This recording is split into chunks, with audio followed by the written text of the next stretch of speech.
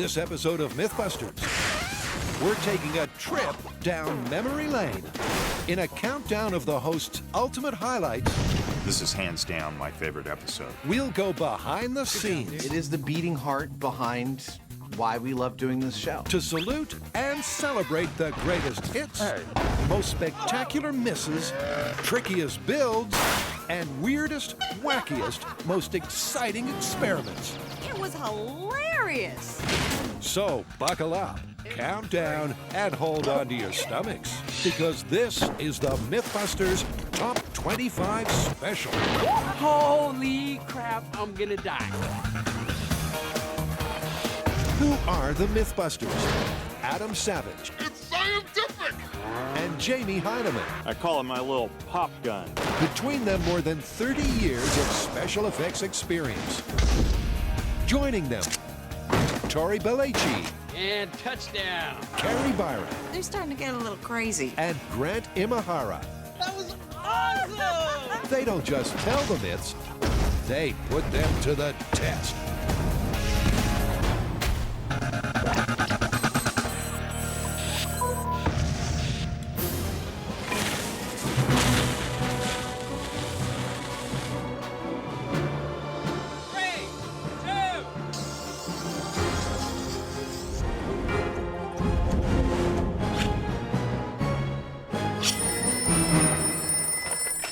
MythBusters. Okay. I'll assemble the team. I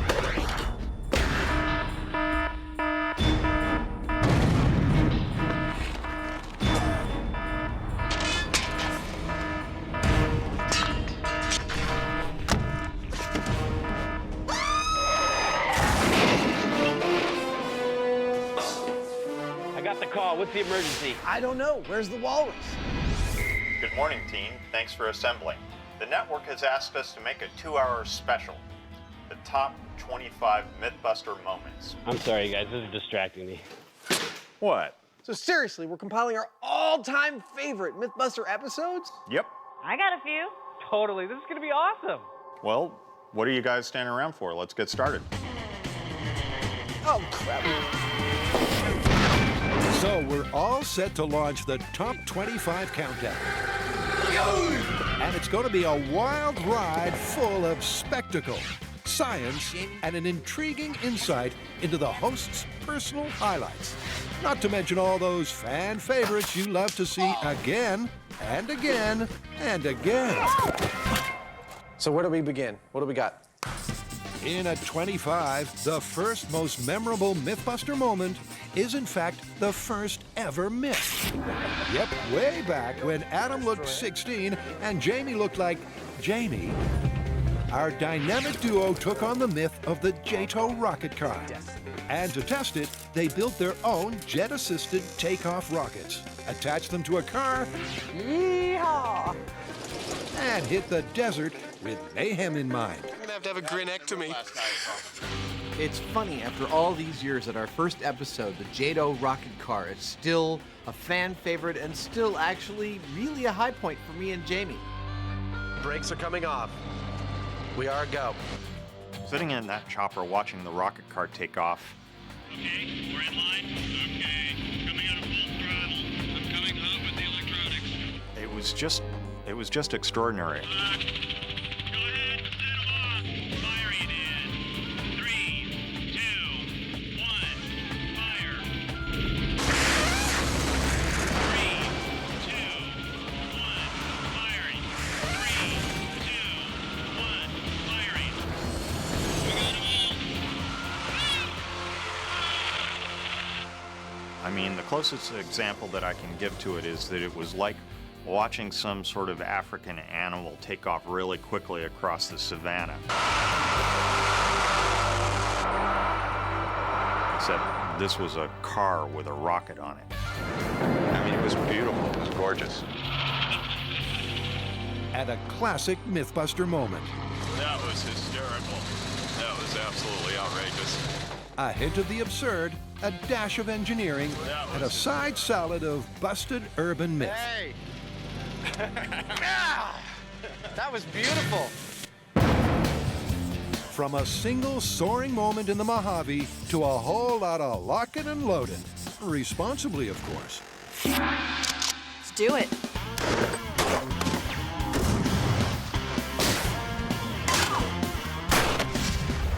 Guns are a part of our standard stock and trade on this show, and I gotta say, I have some reservations about that because, well, they kill people, and that's to be avoided. But that being said, they're often fascinating, elegantly engineered machines that in our hands, where we use materials and tools in ways for which they were never intended, I call it my little pop gun. Things get real interesting real fast. It's a lot of fun.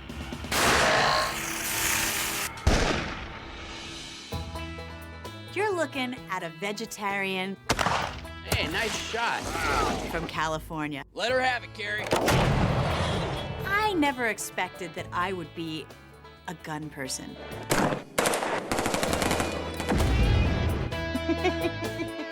Until I joined MythBusters. Guns and ammo are part of the Mythbuster tradition, but that relationship is built on respect and an ultra-safe environment created by expert armorers and law enforcement officials. And if you see anything unsafe, please report it to the range master.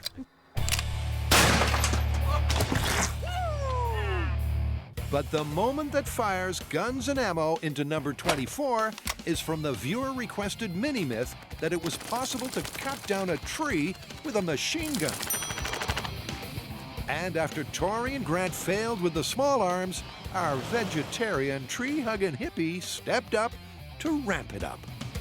One of my all-time favorite moments on MythBusters was shooting a Gatling gun to mow down a tree. Okay, we're going hot. I had never shot anything this crazy before. In 3, 2, 1. We're talking 30 caliber bullets, 3,000 rounds per minute. Just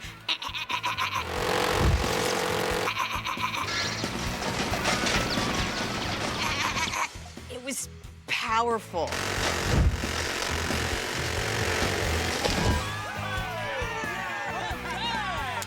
I think a lot of people would have liked to be in my shoes that day. From guns and ammo to a weapon of mass deduction. Wake up! Time for science! I know that a lot of our viewers tune in because we blow a lot of crap up. And make no mistake, that is fun. But for us, what's kept it fun, kept the whole show this entertaining for all these years, is the science. Gravity, man. It's not just a good idea, it's the law. It is the beating heart behind why we love doing this show. We're popping popcorn with lasers. It's scientific! And the tall tale that provides the fondest memory of solid scientific methodology and makes it in at number 23 is the time the team fired up. The myth was that a bullet fired straight into the air will kill you when it comes back down to the ground. All we did was find a dry lake bed that was pretty pristine, fire the bullets up, and see where they landed. Simple, right? Sometimes the best science is simple.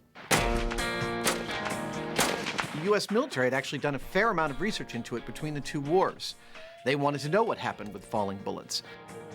There she blows. That's a 9mm round.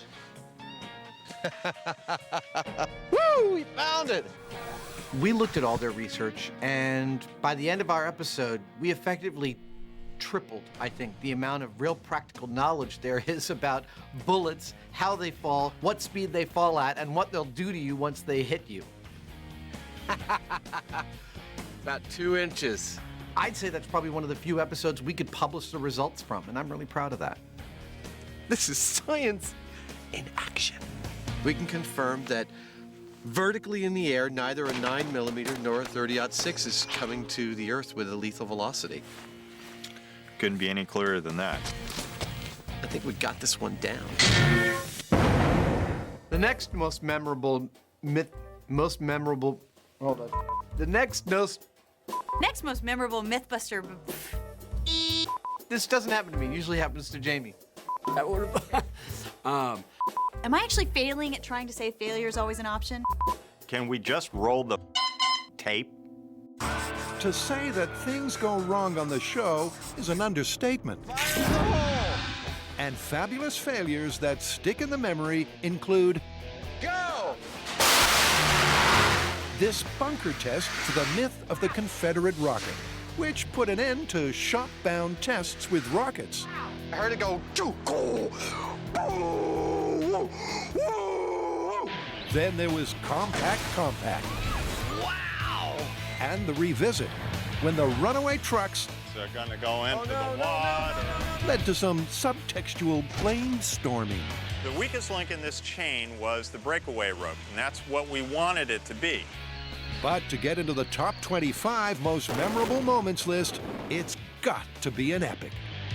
I think the most epic failure of all time was the JATO Rocket revisit, when there was so much planning and so much work going into getting this car to go off a ramp using JATO rockets, and it blew up on the ramp.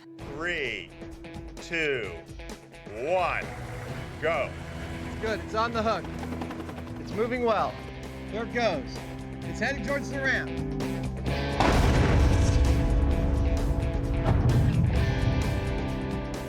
Or not. There's no reset. You can't reset for a JATO rocket car launch because blowing up is your last chance. Boom, done. No reset.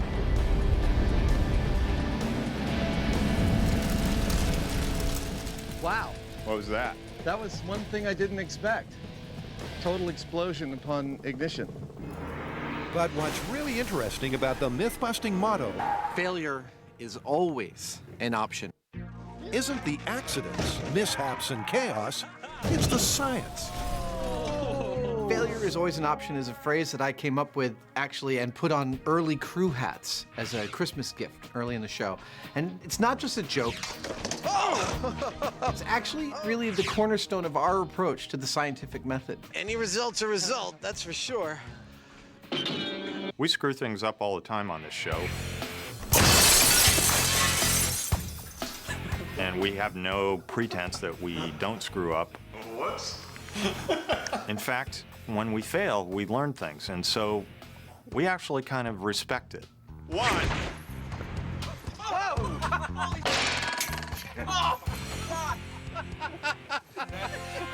That was the scariest thing I've ever done on this show. That was terrifying. The car is going. There it goes. The cultural idea of the scientist is someone who sets up an experiment, and when it doesn't happen the way they expected, they think, oh, my experiment's a failure. Ah, crap. No scientist actually thinks like that. Any experiment that yields data is a viable experiment. Is information. Information is key, not what you expected the outcome to be. Therefore, any kind of failure of what we perceive might happen is an option.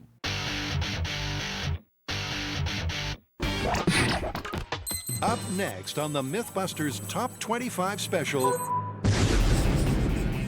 nothing beats your first world first.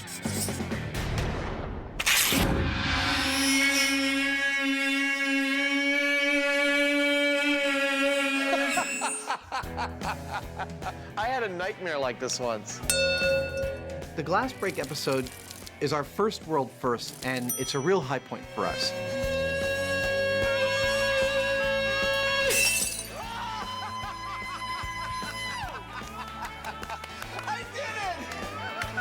Going into that episode, everyone's heard the myth that an opera singer can shatter a glass with their voice, and we thought that that was totally possible. But our research started to turn it over and showed that it was maybe not possible, that nobody had ever filmed anybody doing it. That there were films of a speaker doing it, but never someone solely with their voice.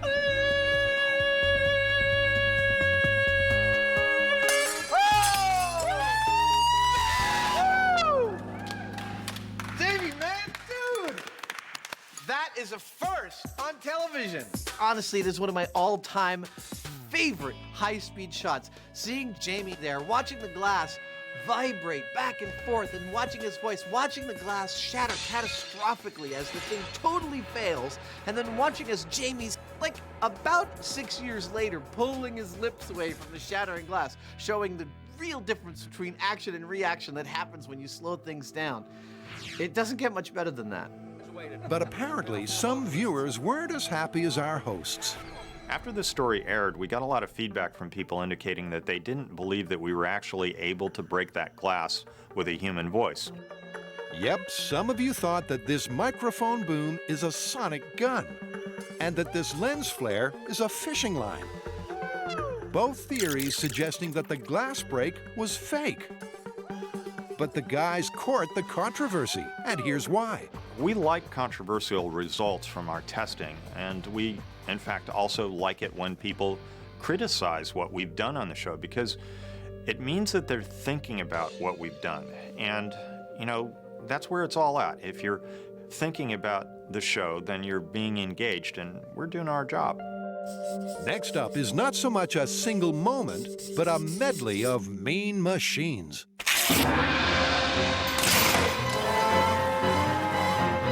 Over the years, the team has collected plenty of crazy contraptions, mad models, and rad robots. Pay close attention because here's exactly what's going to happen. That's what's going to happen. These beastly builds have provided many of the team's all-time highs. Watch out! And although this moment is a monument to them all, Pretty sexy, huh? the hosts do have a few cherished examples. For both Adam and I, building crazy machines, well, it's what we live for. Like that. Just a godly torrent of water. But out of all of them, what would be my favorite or the craziest? Working on these machines is great for my skin. I'd say that it'd have to be the steam machine gun. Nice! I'm very pleased and terrified. I mean, this thing was just so out of control. We had these pressure vessels that are, you know, hissing. You turn the thing on and all these steam motors start to spin things at high speed. 3, 2, 1! It was terrifying to even be close to it. It was insane.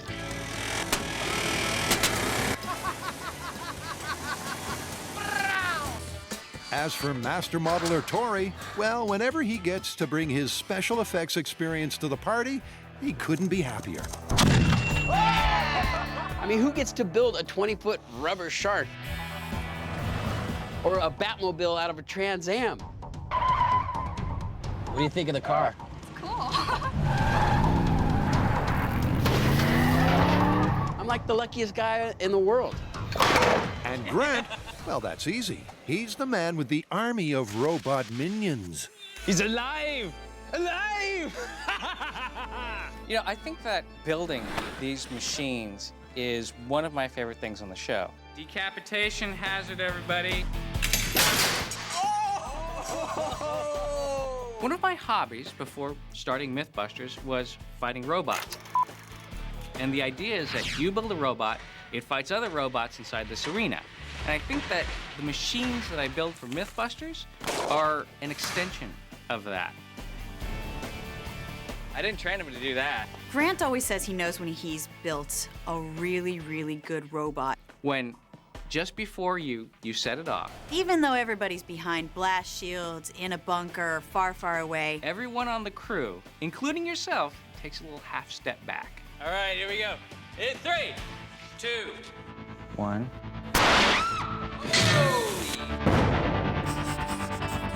In the serious business of solving crimes of science, Cue dramatic music. sometimes you need a little protection. Bot, baby. Yeah, I can shake a booty in this. Come on, let's go. I feel like I'm ready to go out clubbing. It's not dissimilar from how Jamie was dressed when he first came to Earth. You want to take off your hood and participate in this conversation? I kind of like it in here. It's private. Hail, people of Earth! I come in peace. Yep, the team often pull on protective clothing. In their line of work, it'd be foolish not to. Oh, dude. But over the years, at your urging, they've also worn costumes that are not strictly necessary. And this fan-requested costume comedy and creative use of safety gear has provided a host of audience highlights. So, let's take a moment to remember all those moments when the team took one for the team and got dressed up like idiots. James, I'm frightened. You have every right to be afraid, my lovely. How do you feel? Feel kind of sexy. They were definitely firmer at 8,000 feet, but not by much. Well, do you want to go all the way? Yes. Yes. We're busting out of here, see?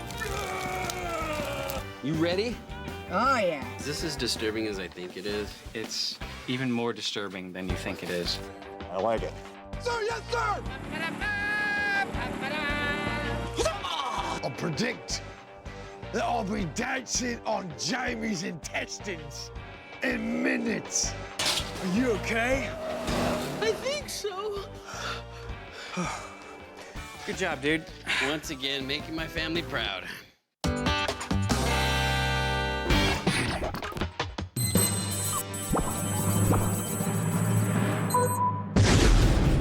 Number 18 is a watery fable that proved science saves lives.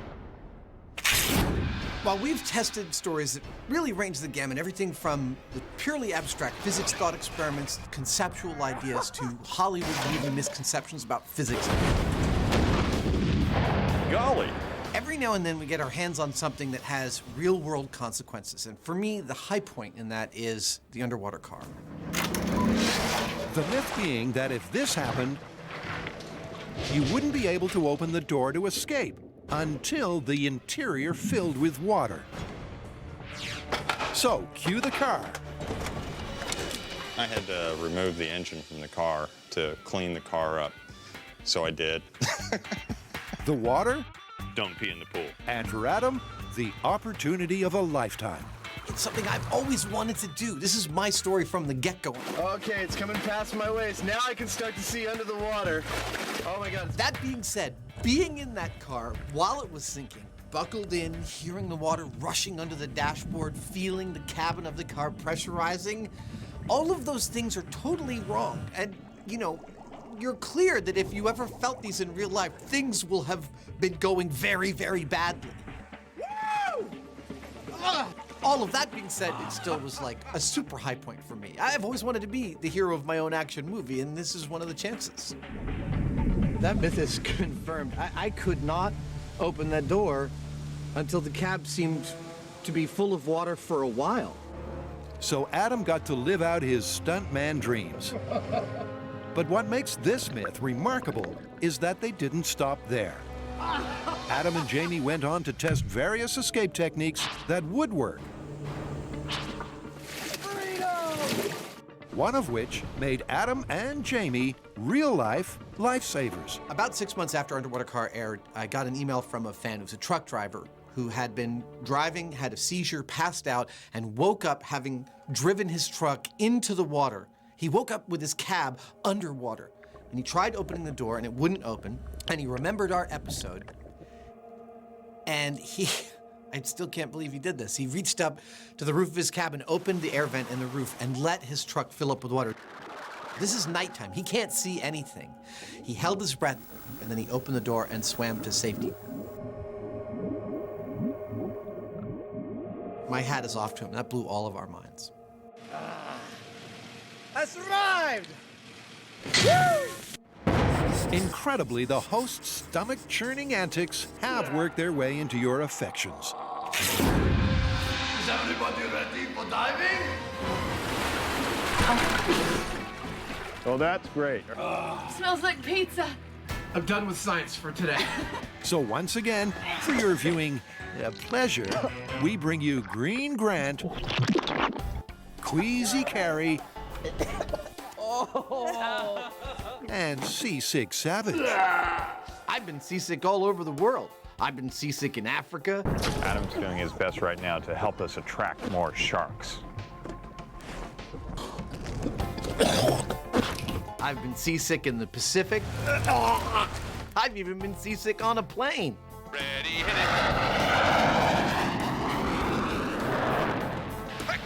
Come on, stick with me, Adam. You got it. You got it. Come on. Stay with us. Stay with us. We got it. Come back. You with me? I'm with you. I'm almost probably passed out there for a second. I will say, of all the times that I have been sick, the Blue Angels flight was the only time in which being sick did not diminish in any way from what I was experiencing. I'm starting to feel a little nauseous. I think I may throw up. All right, you got the bags back there? I do. Hold on. I mean, I threw up, I think I filled 7 barf bags on those 3 flights that I took. And I still had a fantastic time, and I'd do it again tomorrow if I could. There we go. You know what this is?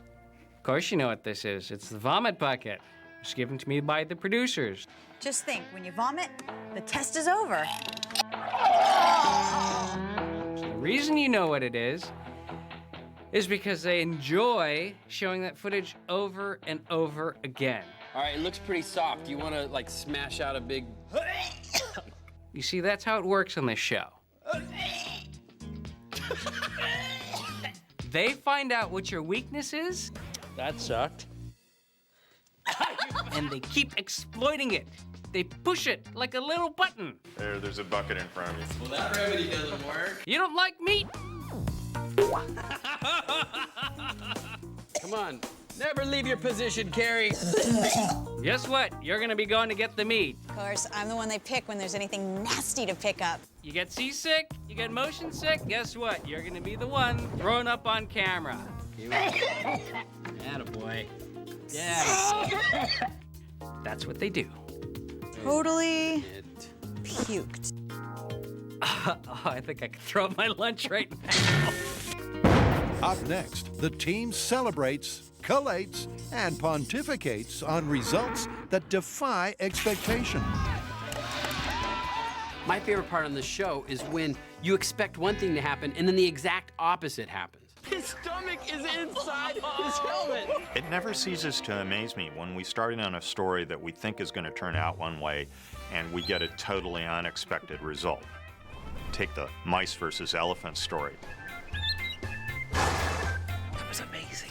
The elephant totally avoided the mouse. Or the spinning tire of death beheading.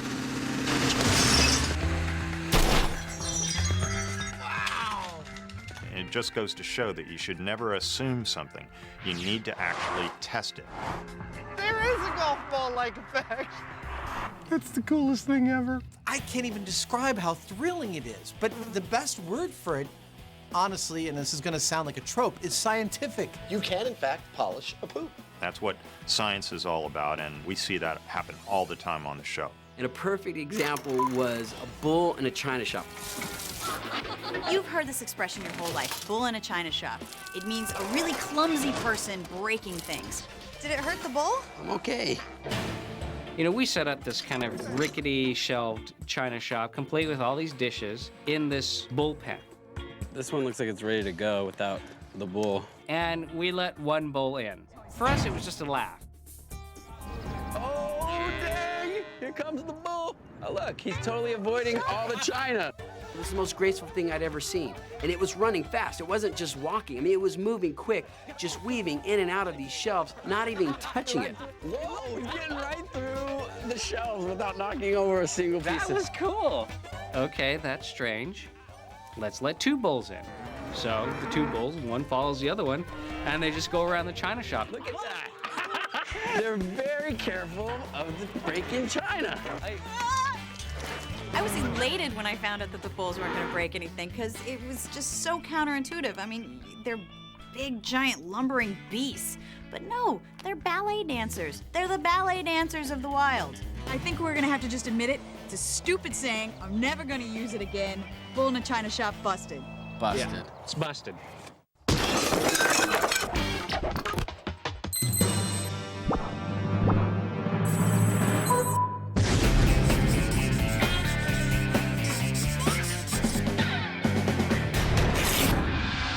Call him Buster. Buster. Buster sounds pretty good.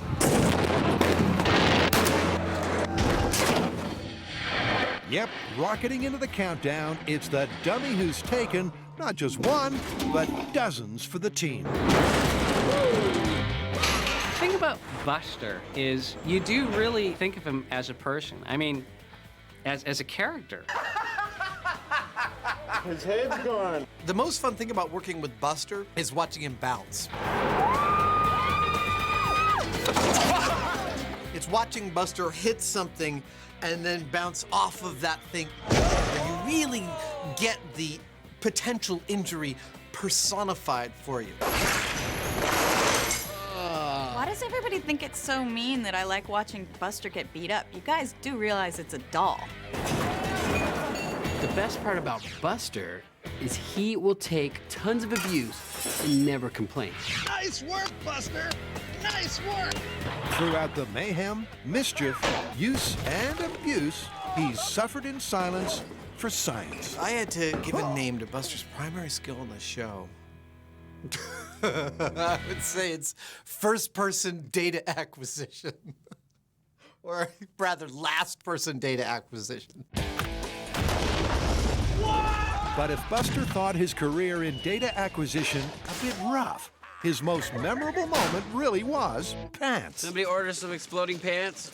Exploding pants, I mean, it was right up our alley. The story is that these farmers were using this herbicide. It was getting into their pants, and it made their pants super flammable. Little fella, we're gonna blow your pants off. To the point where just friction or some heat source alone would set their pants on fire. I always loved the Exploding Pants episode because for me, it was just quintessential MythBusters. We had great small-scale experiments. We had a historical myth. And in the end, we got to blow Buster's pants up. So you want to ramp up the results? I want to see a pair of pants explode. This is a high-velocity explosive that we're using here, a specialty explosive. We expect Buster to get a pretty interesting ride. 3, 2, 1. That's what I'm talking about. Those are exploding pants. It's like he'd been vaporized. And after something like that happens, you do feel bad for the guy. That's all that's left of his pants. As for Buster, well, he was worse off than his pants. Then I found this finger, or it was a burned-up hot dog from some old barbecue on the bomb range. I don't know, but I kept it because I think it might have been a part of Buster. But this was truly the first time that I could not put him back together. In at number 14 is a household material that's stuck in Adam and Jamie's absurd affections. Relax. This won't hurt a bit. Whoa! I take a certain glee in using tools and materials in ways for which they were never intended. Fun for the whole family. Take the duct tape sailboat, for example. It's such a common material, but look what you can do with it if you set your mind to it. It's such an adventure. Yeah, baby. You can keep your duct tape prom tux. We got a boat! The duct tape boat satisfies because it's a totally absurd object. Who would ever want a sailboat made out of duct tape? Yeehaw! This is actually working. I know that there are art movements like the Dadaists and the Futurists and the Cubists and the Impressionists. I think there should have been some absurdists. While it's true that failure is always an option, I have to say success is pretty sweet. And in the absurdist art movement, Jamie and I would be card-carrying members. Well, Adam, you know what they say. Yeah? Whatever floats your boat. I somehow didn't think it was going to be duct tape, though.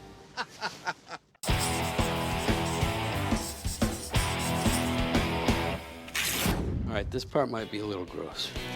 This next memorable moment is a monument to all those What the hell are we doing? Moments. And I've made this ballistics gel zombie dog to illustrate our point. Oh, yeah. They squeak when I walk. Oh. Okay. I can't answer that. I'm tying a pig's stomach into a skeleton. Clamp. We are continually having these moments where we all just kind of stop and say, what the hell are we doing? I mean, this is insane. That's not tendon. Here, grab that other end. What is it? Penis. I mean, it's like things that we do on this show are so outrageous. You're so in the moment, you're so focused on having it work, but there's a split second where you stop and go, this is one of the craziest things I've ever done. What in the hell are we doing?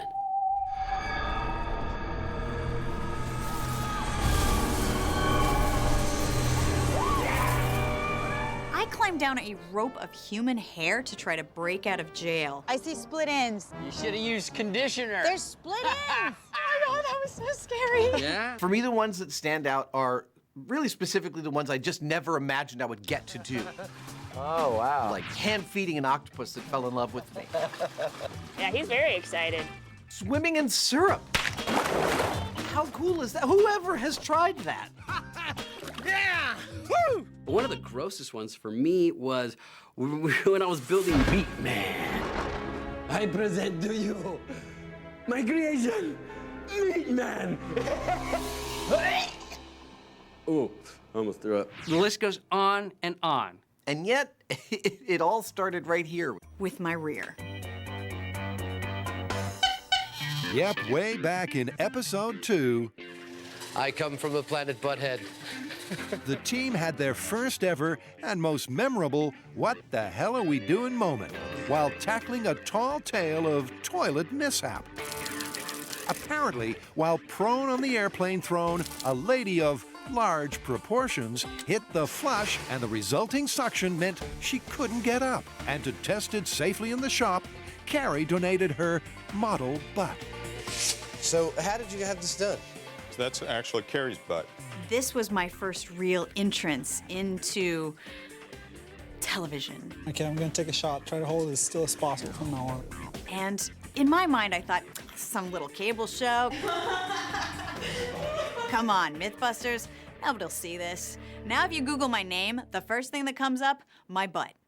With Carrie's artificially enlarged posterior in position, the suction was souped up and the myth busted.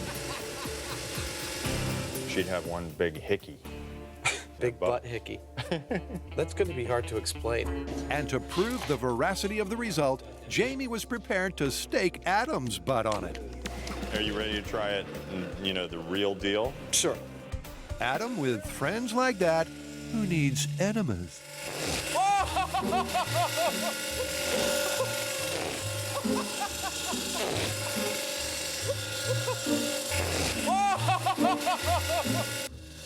that's significant. Oh my gosh. Oh wow, that was really significant.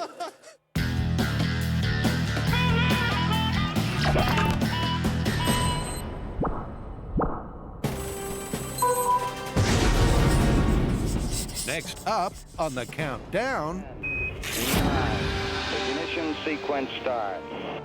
the team shot for the moon while shooting down the conspiracy theorists. Eagle has landed. On this episode of MythBusters, was the moon landing a hoax? It's one small step for man, one giant leap for mankind. What's that, Neil?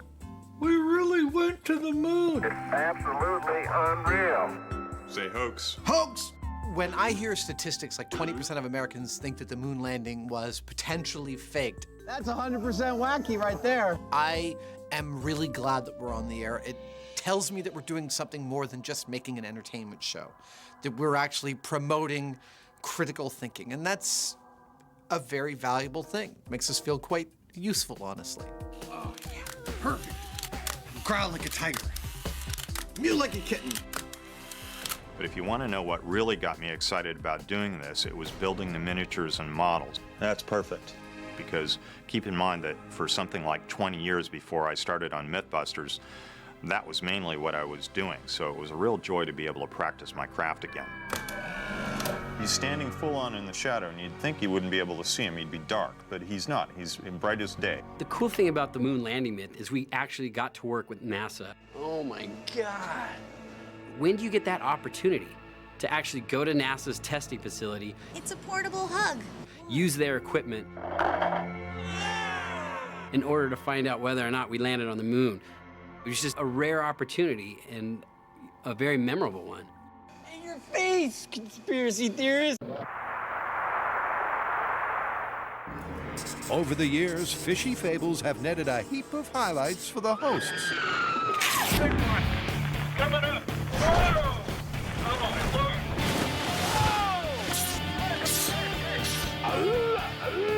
Here, let's give him a little bait. We're gonna need a bigger boat. And to mark number 11 in the countdown, the hosts have dived into the archives to select their favorite shark-infested adventures. Dude, I'm jumping into shark-infested waters for science. In the realm of doing things that you can't believe are actually being called your job, diving with the lemon sharks on Tiger Beach in the Bahamas has to top the list. It was crazy great. Really difficult, really tiring, but insanely great. Can I mention that this is really fun? You know how in science fiction movies there's like a time portal you walk through and you get to another world, or a closet that opens to some magical land? Well, the ocean is in fact another world. The surface of the ocean is the portal to that world. We need protective gear just to go there. And when we get there, we are not at the top of the food chain. And for humans, it's a very freaky and scary thing to not be at the top of the food chain. I'm gonna commence urinating in my wetsuit, okay? Relieved that Adam's highlight is out of the way, next is a myth masterminded by Carrie. While marooned in shark-infested waters, is it better to play dead? Okay, so here's the plan. We chum the heck out of the water. We attract as many sharks as possible, and then you two jump in. Well, What? no, that sounds like a bad idea. Who thought up that plan? Cocktails and appetizers! I hope they like sushi. Oh, I hope they like Italian. Yeah, fishy, fishy. Oh man, I gotta give you credit. I'd never do this. Yeah. This is freaking scary. Brave. Oh. This sucks. This sucks so bad. This sucks a lot. I don't want to do this. Why the hell are we doing this? Every fiber of your body is saying, no, this is the worst idea ever. You want a piece of me? You know, you just overcome it, get in the water. First, I'm thrashing around. He's playing dead. Get your dinner! Oh my god! And then he starts thrashing around, and I'm playing dead.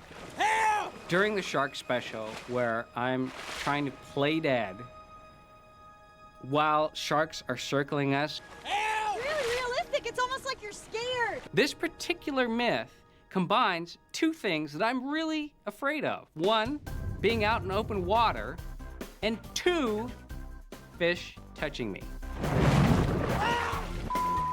Something just touched me! I think that was a shark. Right now! Come on!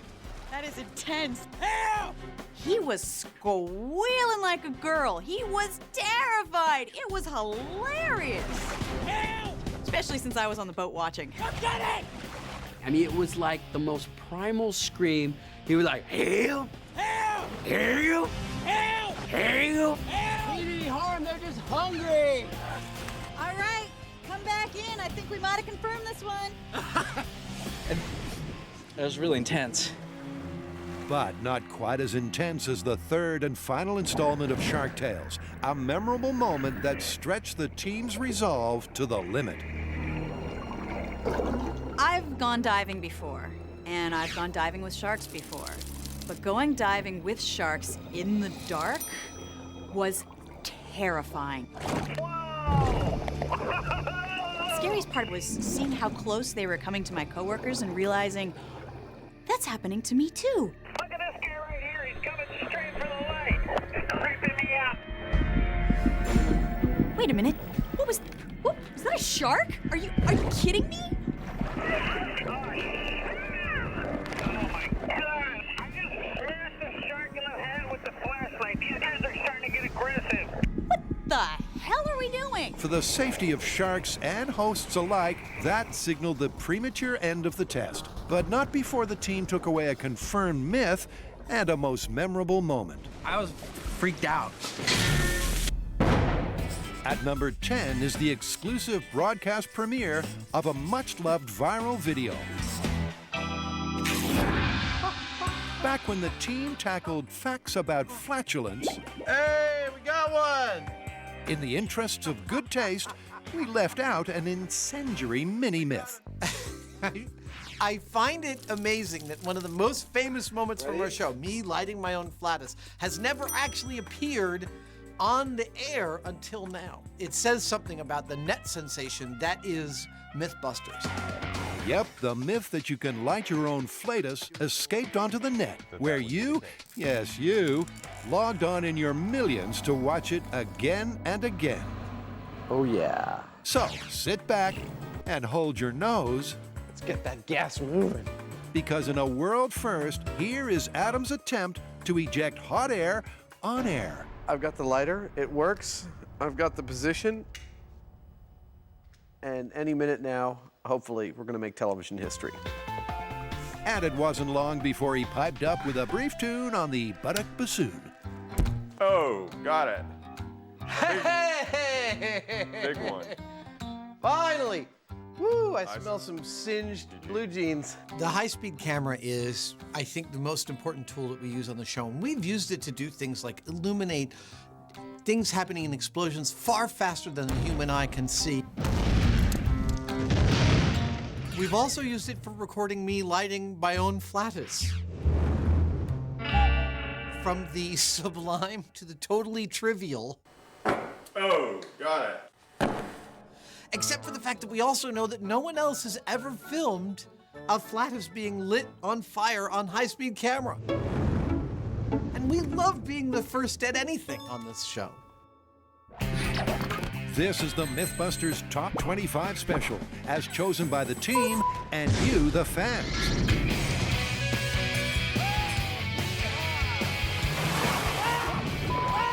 Something just touched me! We've already seen a heap of highlights. But now that we're into the top 10, we're counting down to the biggest bangs and best of the tests. Holy crap! And in at number 9 is a collection of those moments the teens strap in, buckle up, and jump off for science. We do all our own stunts. The only stunt double you'll ever see on MythBusters is Buster. The concept of human guinea pig is more than just something that we've printed on our shirts. I mean, it's a central idea of MythBusters. I always wanted to be a stuntman as a kid, so this job on MythBusters is kind of like a dream job. Yes, every single time the team gets an opportunity to live out their stuntman dreams, they make a deposit in the Personal Highlights Bank. Water skiing behind a rowboat, that was just plain exciting. We were curious to see whether it was actually possible. And it was. Whoa! Whoa! And never one to miss a chance to ramp it up. I can't believe we're gonna do this. Our resident action man, Tori, took the towing tail to the next level. That was probably one of the coolest moments on the show for me, where it was just like, to be able to say you've wakeboarded behind a cruise ship.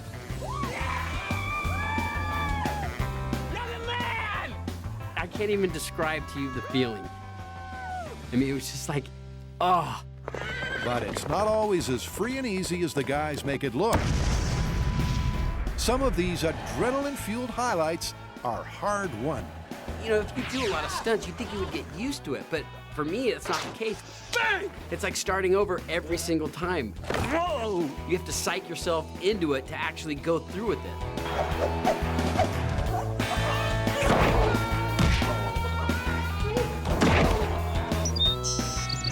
Oftentimes what happens with a stunt is that I will anticipate it with excitement until just before I'm about to do it, and then I'll realize how scary it is. And then get that fear under control to do the thing. And slowly get better and better as I go. And that is a really interesting process, overcoming that fear reflex to be able to do something. Let's go for it. Because one of the things about stunts that's really fascinating is all the work happens before you do the stunt. There's no correcting in the middle of a stunt. This is something that I've learned the hard way. You have to be just mentally prepared so that once you take the jump or dive or slide, it all happens right. And attaining that sensitivity to it is really awesome. Red flag to a bull, we are seeing if the color red will infuriate a bull to cause it to charge at you. Whoa! So we'd done a bunch of tests, and it turned out it was actually motion, not color. So we were so confident that it wasn't the color that I dressed up in a red jumpsuit and stood out in the middle of this ring, and they let bulls out. Every guy's running around. And your heart rate just like through the roof. Everybody stay sharp. He's on the Tory side of the ring. He sees Tory. More movement! More movement!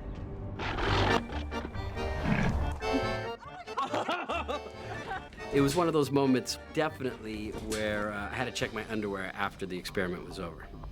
He's looking right at me. I know.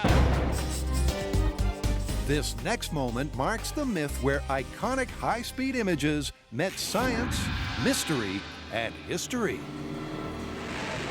The Hindenburg is one of those episodes in a category of I can't believe we hadn't thought of that before. You don't want to mix blur with blur. Wow! Whoa! Because once we started to dive into it, there's so much rich material, so many pieces that you can start to tease out and get a great episode out of. These things are always catching on fire. That is the textbook definition of irony, kids. The thing I enjoyed most about this was the actual process. Building these large miniatures, playing around with the material that was doped with thermite. Now, we're gonna blow up some Zeppelins. Whoa! It was just such a joy to work on these things, and the fact that they lined up so perfectly with the actual original footage, it was wonderful.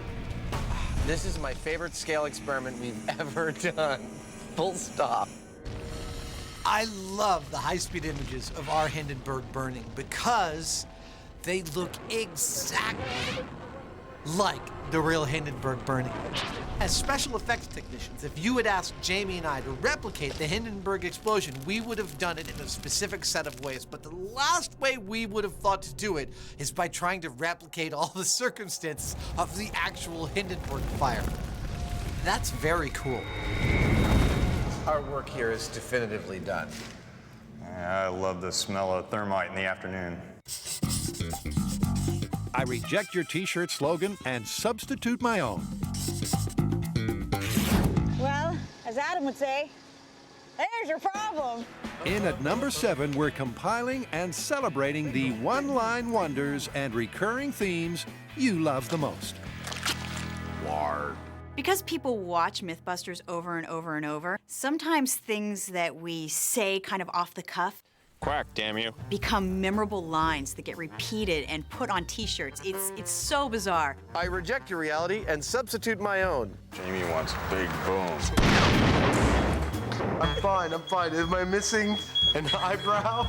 Am I missing an eyebrow? Actually, for me, the funniest part of that clip isn't the am I missing an eyebrow line. It's right after that when Jamie goes, yeah, and most of your hair. And I go, ha, no way. I am missing an eyebrow, aren't I? You lost a lot of hair up there, too. You're kidding me. I lose all of my sense of humor in a nanosecond. You're all right. It won't look weird after a day or two. One of my favorites is Holy crap! Run! Run! Run! Because we really, really use it a lot, unintentionally. Here comes chaos. My toast always lands butter side up. Now there's your problem. Let's pillage! I don't know if that's legal in California. Go get him, boy.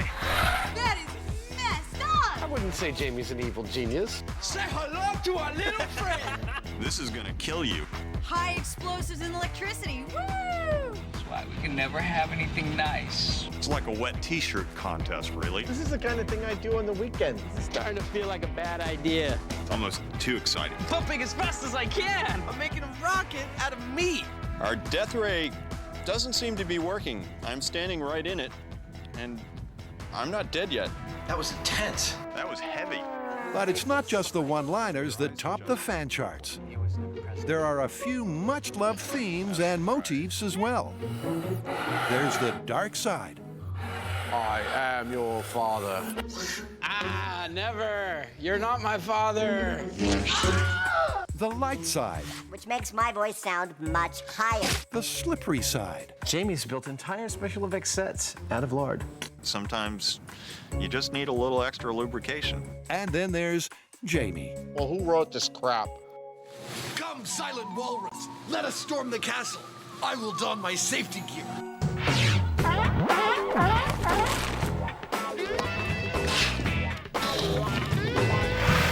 Jamie, underwater.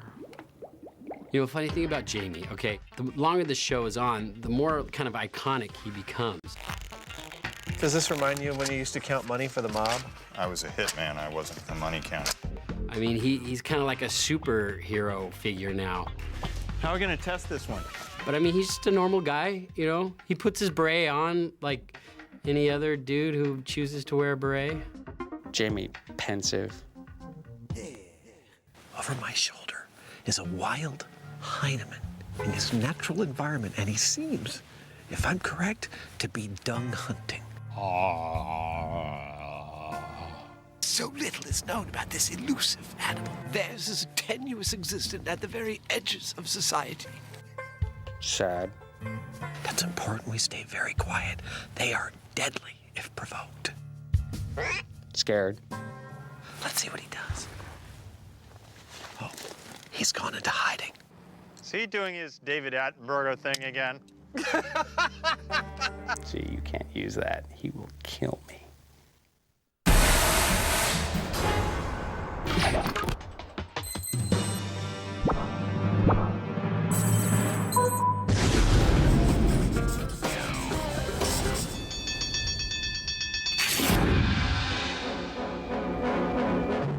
The Alcatraz escape is such a classic MythBusters story. There's such mystery surrounding it, and we may never ever know what really happened that night.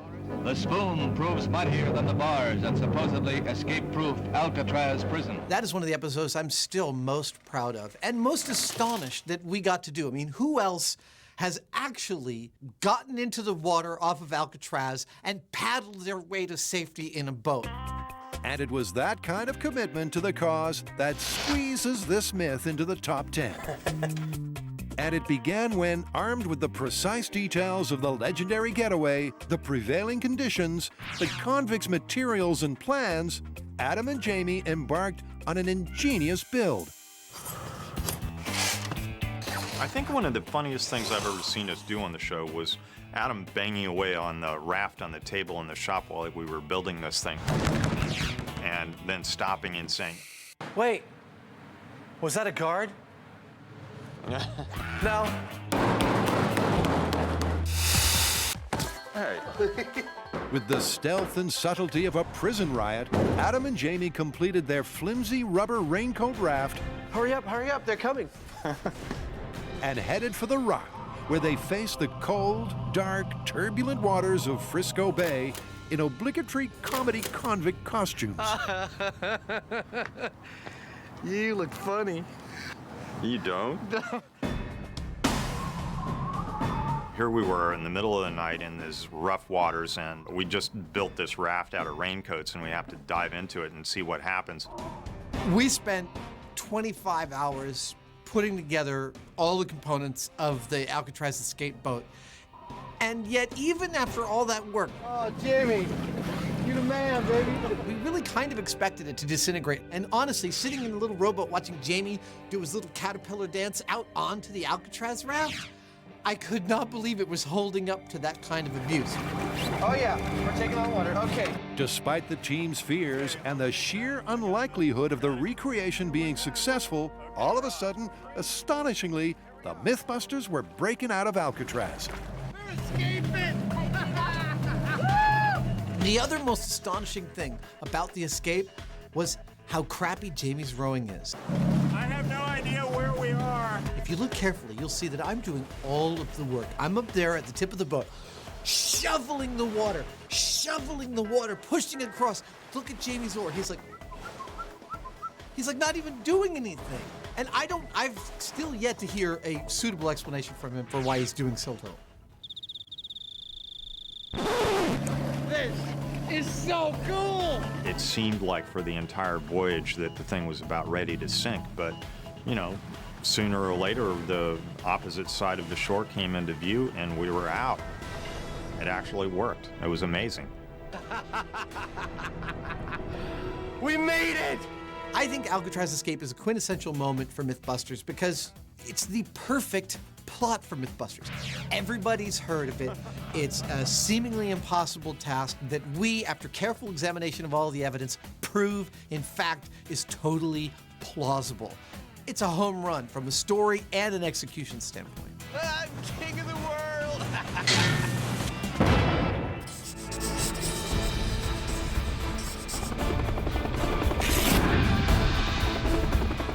Demolition Derby was my favorite episode ever because we got to do the car drop. Reminds me of now. The car drop was logistically, technically, All those years of video games are gonna pay off now. emotionally, the hardest thing we've ever achieved. Now, to explain what the myth is, it's a luxury car commercial. And they suspend a luxury car from a helicopter. And they start another luxury car at a starting line on the ground. And both are racing towards this giant X drawn out in the middle of the desert. In the end, of course, the luxury car on the ground is faster than gravity, and it zooms past the X just before the other car drops and shatters into a million pieces. Now, before we went out to the desert to test this whole thing, we went to the quarry to do the small scale. I love this job. Which was dropping cars from a 400-foot crane. I mean, that just tells you how big this myth was.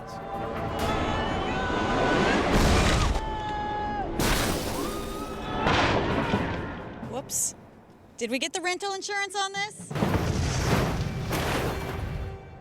But once the team got to the desert, what dawned on them wasn't simply the size of their task, but the complexity. Listen, it's quiet. Too quiet. It's like the calm before the storm. Look, Mom, no hand! This is gonna be nuts. So in my career, I've radio controlled a lot of things. Vehicles, big and small, robots.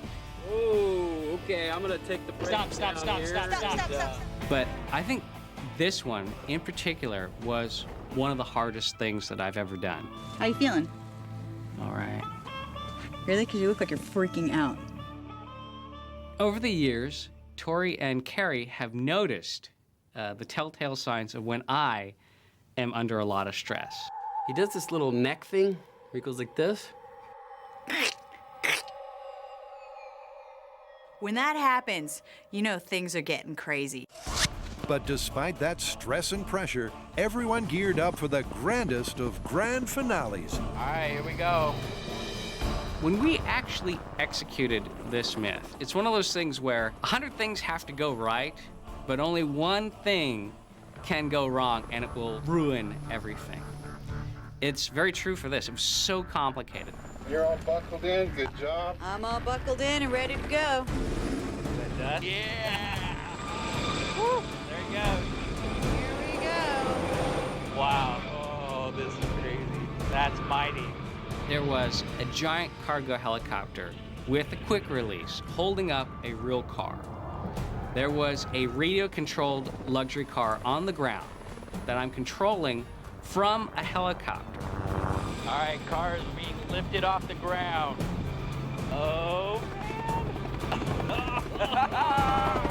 And all of these pieces moving up in the air, it's like juggling a dozen different balls, having them all up in the air and not dropping a single one. Okay, we're at 1,000 feet. Being in a helicopter that size and watching from above, I got a perspective that nobody else could see. We're at 4,000 feet and directly above the target zone, ready for the drop. I got to watch the car drop, slowly become tiny, hit the ground. Grant, in your own time, start driving. okay, here we go. 3, 2, 1. Cars away, cars away. What's the speed, Grant? 45. 45 miles an hour. Looking good. 60 miles an hour. 70. Looking great. 80. Car's looking good. We're going straight for the X. You're about 1,000 feet from the start marks. We're at 95 miles an hour. Stay on target. Looking good, Grant. Looking good. Stand by. We're coming up to the mark soon. Okay. 500 feet. Stay on target. Holding 105. Dropping in 3, 2, 1. Release. Here it comes. 105. Holding 105. Here comes the car. Holding 105. Tires hit the desert. Target's coming up. Mission accomplished. Myth busted, and in terms of team effort, our intrepid trio's most memorable myth yet. I felt like I could, I had so much adrenaline I could lift a car myself.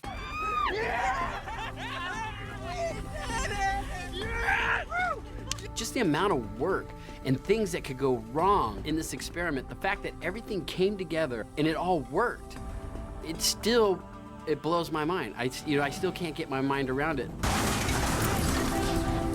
I mean, it was beautiful. On a personal note, I was pregnant that whole time. Had no idea, so I think maybe it was a little bit more emotional for me than it should have been. I was less excited after my first kiss.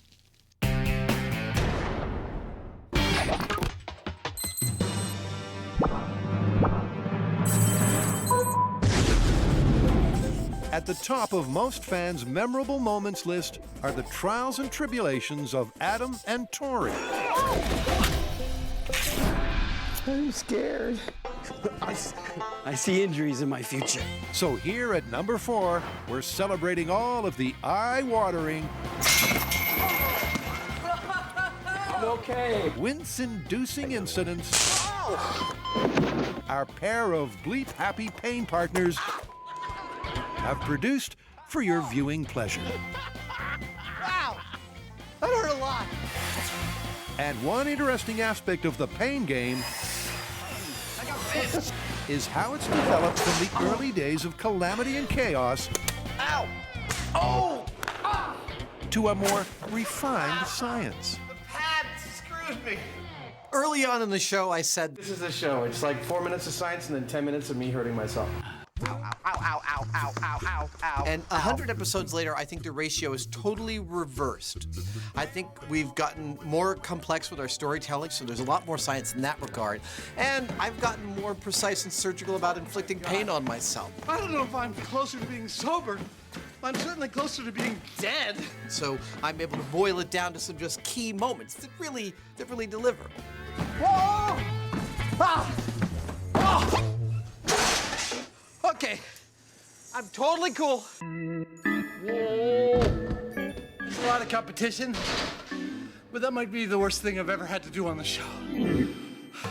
Yep, by mixing his drinks and the high-speed camera, Adam's at the cutting edge of accidental entertainment. And of course, Jamie lends a helping hand. Oh! Holy bleeping bleepity bleep! Can I do that again? That was kind of fun. No, that made my head ring. Oh! It was a good-sized slap there. Let's look at it again. Oh my God! It's like your whole head is rubber. That's the funniest thing I've ever seen. And speaking of a helping hand from the Heineman,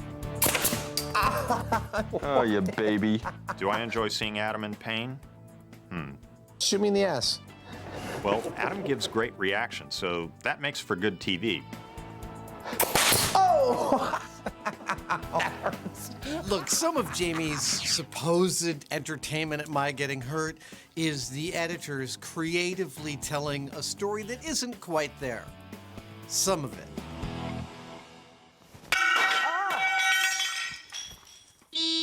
Wow! Ow!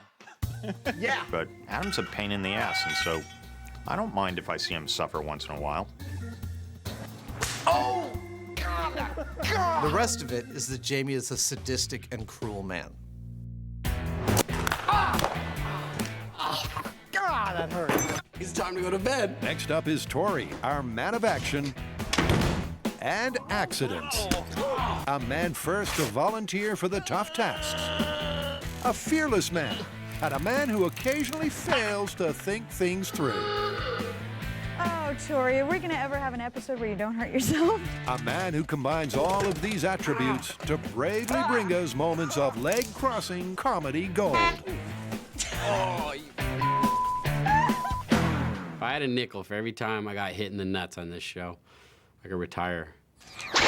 Oh, dude. I hope I can still have kids. They're like a magnet to flying things.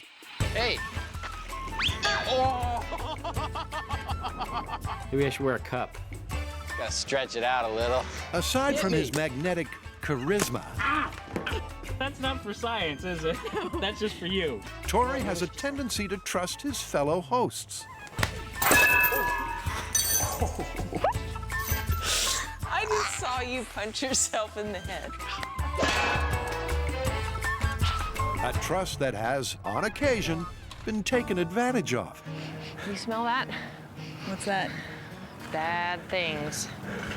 Let's egg him on until he hurts himself. And one accident that I had that I get a lot of questions about is the bike jump. It seemed like an easy enough thing to do. Carrie and Scotty told me that I could make it. I mean, I did a couple of tests next to it, and they said, oh, you totally got it. Yeah, it looks like you cleared it. Go for it. Does it? No. And you wonder why you always see him getting hurt. He took me seriously, tried to jump the little red wagon, and flew through the air like Superman, skidded on his face, and got up, not hurt, not a scratch, totally fine. Now that is really fun to watch.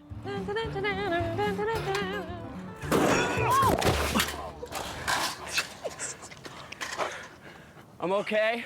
Why do I always laugh when you get hurt? That looks so bad. Oh my God, I can't believe you did that. I thought I was gonna make it. The final contribution to the Hall of Pain is a group effort. Now, there was one myth that we were testing called the Baghdad Battery, where we hooked up an electrified fence shocker to this Ark of the Covenant that I built. Oh I feel like I just got punched in the chest. We can't do that to Adam. And Adam came in to test it, and we didn't warn him that it was hooked up, and we ended up shocking him.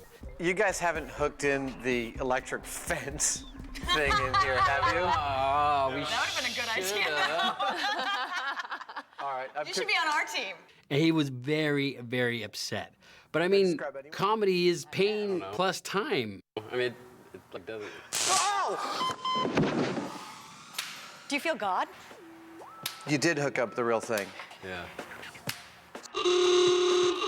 I like to clear the air with the ancient electricity because I know Tori still feels guilty. It's not actually Tori's fault, and nor is it Scotty or Carrie's. It was, in fact, not their idea. That's all you need to know.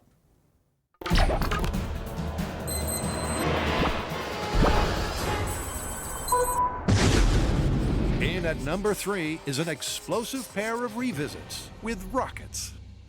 The revisits are by far the most scientific thing I think we achieve on MythBusters. I don't know any other show that goes back over old broadcasts of theirs and say, we got it wrong as part of the structure of your show. Hey, look at that. Well, gee, that looks like a bullet.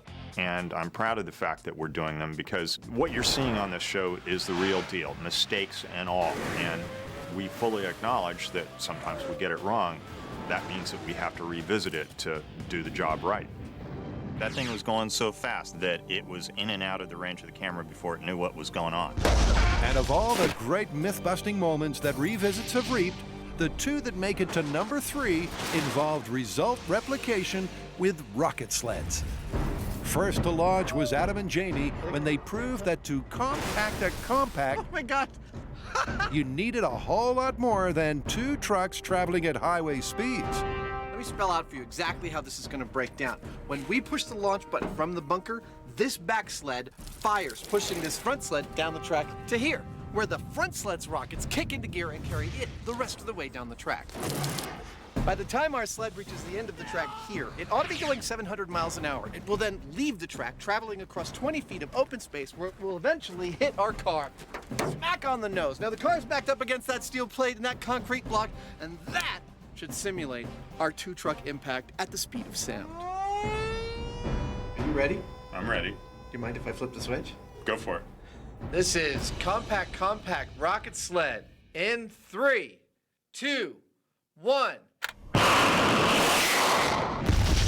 Wow! Holy crap! That didn't mess around. Oh no! That second stage was a hell of a thing. It was like, whoa, it just disappeared. I've seen things go supersonic, I've fired cannons, I've watched jets go by, but there is something about that rocket sled, watching the sled reach 400 miles an hour and then the second set of rockets kick in, and watching it reach 700 miles an hour before hitting the supposedly immovable object. It's like a visceral experience of something that makes you feel good to be alive, and not in its way. The rocket sled test has to be one of the more spectacular things that we've ever done. But having been there and seen it live, I have to say that it's almost too much to absorb. It all happens so quickly. Holy crap!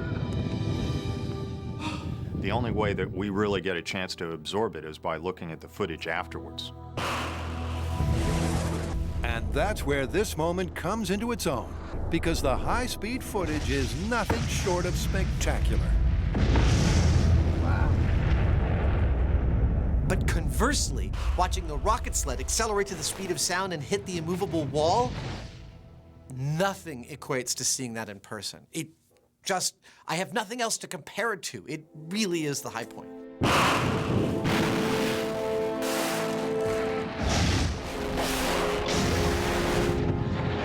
And it's a high point our intrepid trio also got to experience when they had a result replication request.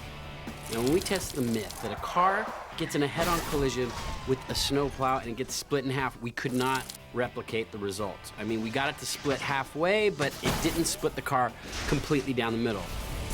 So the fans wrote in and said, we want you to do this. We want you to do this again. Cue the car, the rockets, their sled, and the bunker. This is rocket-powered super plow versus front-engine vehicle going at 500 miles an hour in 5, 4, 3, 2, 1.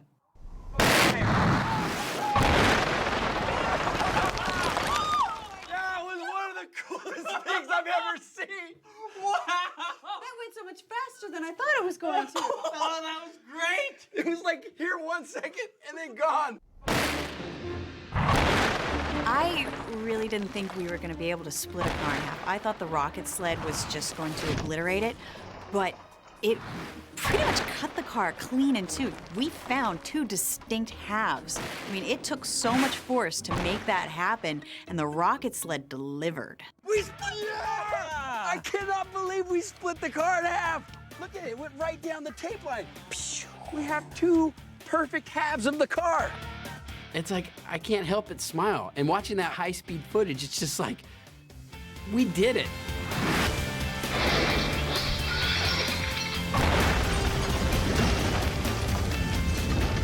Even though I was there and I saw it, I still can't believe that we actually did it. For me, using the rocket sled is one of the closest ththings that we get to being Wile E. Coyote in the cartoons.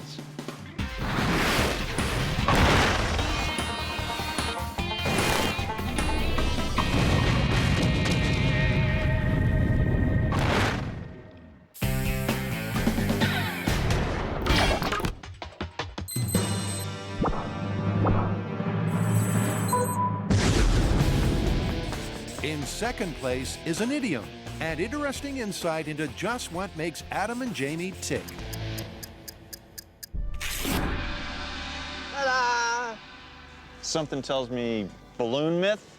My favorite episode is Lead Balloon. Even though it doesn't involve any spectacular crashes or explosions, This is hands down my favorite episode. The myth is that it is totally impossible to make a balloon like this one out of lead. And so we're going to build one. Well, that's the only way to test it is to try. That's what we do.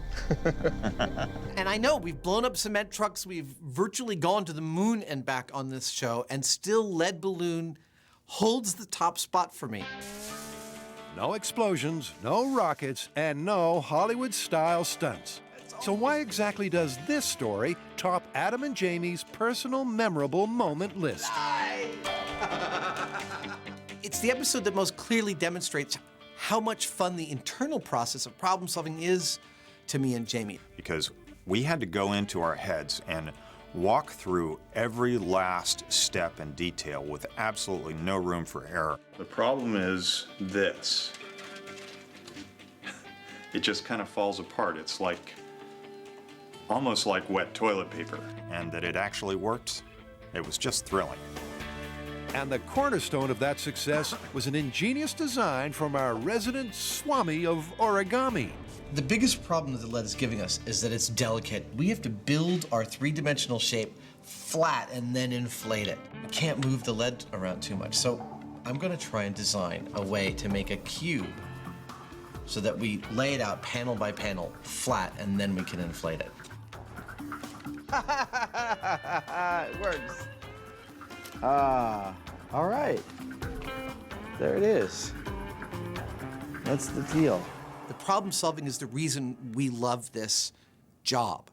And lead balloon demonstrates that problem solving in the most elegant way I think we've ever done. And so with their elegant design in mind and their incredibly delicate material in hand, the team went to work with military-like precision to build the supposedly oxymoronic lead balloon. This whole build depends on how carefully we do this. Why is that piece of tape there? Has to be pristine. We're going to lay down paper. We're going to be wearing booties when we're working around this. This is going to be like a medical procedure. My flat pack cube design for the balloon was something I actually thought about for weeks and weeks before we actually implemented it. I was thinking that the shape had to be simple, a simple platonic polyhedra, and I settled upon a cube as probably easy to make in the conditions we had to make it, which was flat and you couldn't move the lead once it was laid down. It had to be built in place. It's all working out quite well right now. Makes me a little nervous. One of the other reasons that I love lead balloon is its total pointlessness. I mean, you've got this idiomatic phrase that'll go down like a lead balloon as something that's impossible, and then you've got us taking the impossible on as a challenge. To do something so pointless and so successfully, no one needs to know how to make a balloon out of lead, but now we do know. And I find that strangely thrilling. Hey, Adam. Yeah. Congratulations on the design. It unfolded and twisted out just the way it was supposed to. Whether it flies or not, I don't know, but your plan worked. I'm really psyched about this one. He was psyched, all right, but also frantic. Opening tank 3. Because in the closing stages, the pace picked up.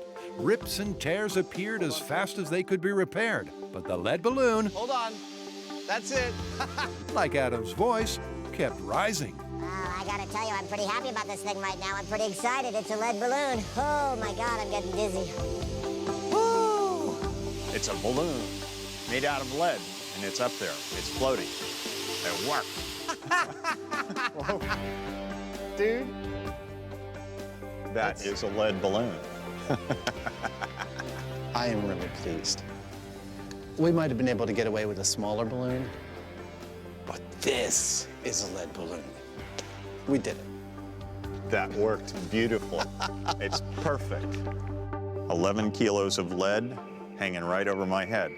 And if I let this go, it's going up. It's just amazing. Well, I tell you, that might be ridiculously impractical, but, you know, if someone says it's impossible, we just take it as a challenge. Busted idiom.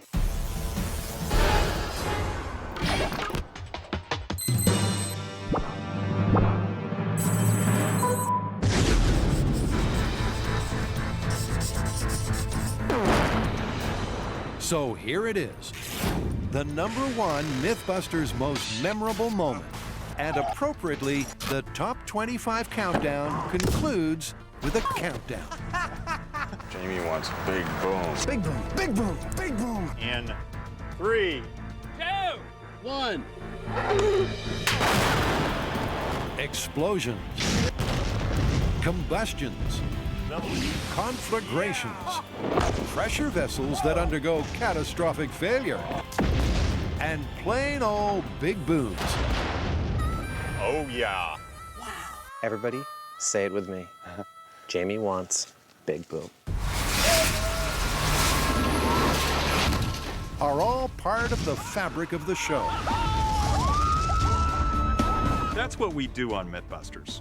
We blow crap up. And so here at number 1, we celebrate the biggest booms, the most deafening detonations, and the scariest fireballs. But first, to start the end with a bang, we salute the all-time fan favorite explosion, the truck that disappeared in the light. Cement truck is by far the fans' favorite explosion, full stop.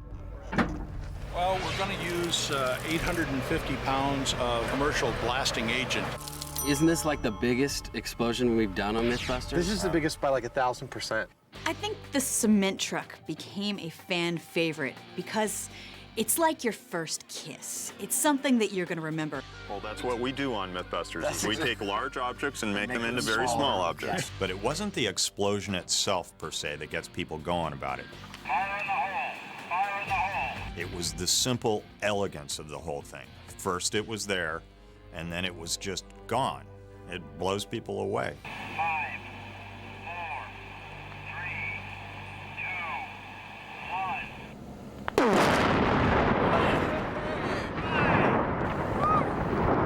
Big piece of junk coming down, man.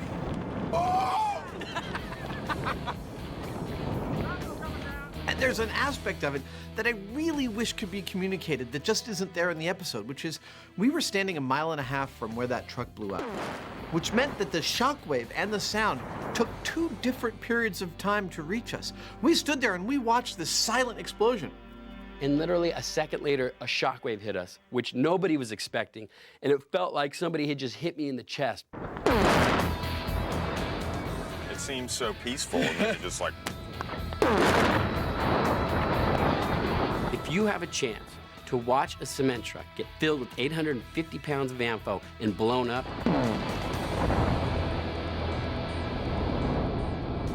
I highly recommend it. Well, there's your problem. Where'd it go? It's all gone. There's no more truck. I left it right here. MythBusters 1, cement truck 0. This has got nothing to do with the myth. This is just a big boom. But that was just the start of a beautiful big boom relationship. Over the years, the team has had the opportunity to savor and appreciate a wide variety of explosions and conflagrations. Because the show's been on the air for so long, and because we've been able to work with so many different types of explosions, And every explosion has its own texture, its own feel. Bye-bye. When in doubt, C4. The high-speed explosives, like the plastic explosives, C4, etc., those tend to be really snappy.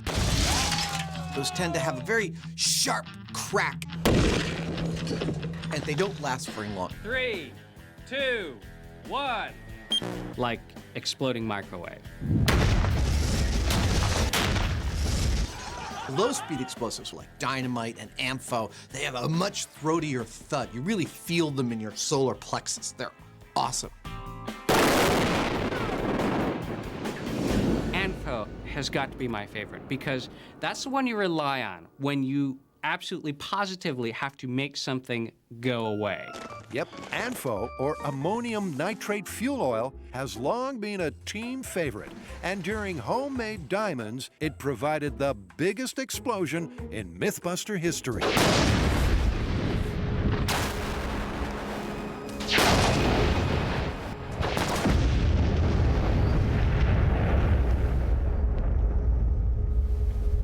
But big is not always best. Carrie, for one, prefers a little bloom in her booms, a visual flourish that requires additional ingredients. favorite explosions always involve some sort of fuel. I love when you add gasoline. I love when you add propane. I love when you add coffee creamer. 3, 2, 1.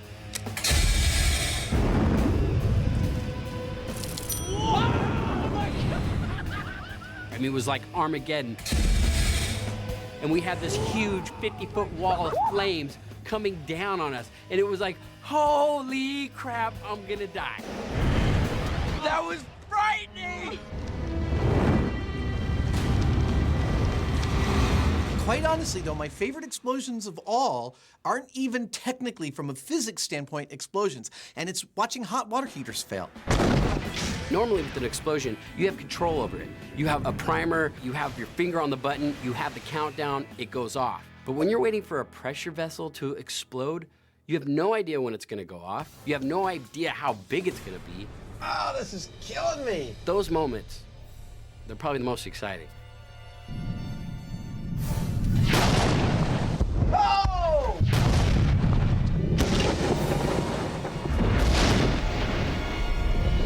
Now, another thing that people don't realize on the show is that we often end up exploding things that aren't specifically explosives.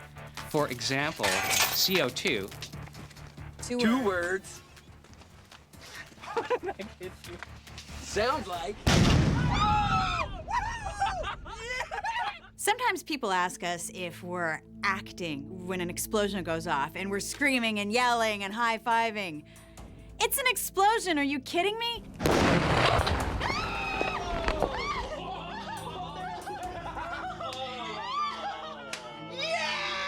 There's something about that release of energy.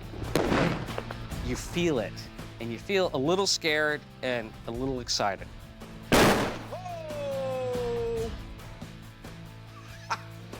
Okay.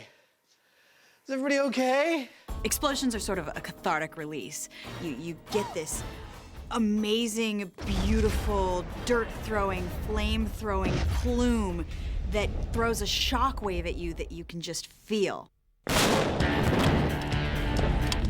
Why are explosions such an integral part of the show? No more car! Well, it's not only because we love to blow stuff up.